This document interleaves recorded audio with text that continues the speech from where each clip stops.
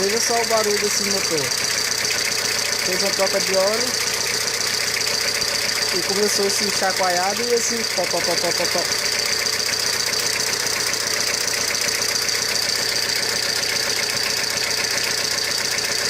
Já foi medir pressão de óleo, a pressão não está tão ruim. Foi trocado já o óleo, posto o óleo certo e não sumiu o barulho. Agora eu vou fazer o que? Vamos arrancar a tampa de válvula para verificar os pontos, ver se não está carregando, ver o que está acontecendo. Já ver. Pesquisei bastante na internet, no YouTube, sobre esse barulho. Vi muito com esse mesmo barulho, mas não vi diagnóstico, né? Vi o que era, o que não era. Então eu estou filmando aqui para mostrar o barulho e ver o que vai ser, para depois passar para vocês aí o que foi. Então até mais.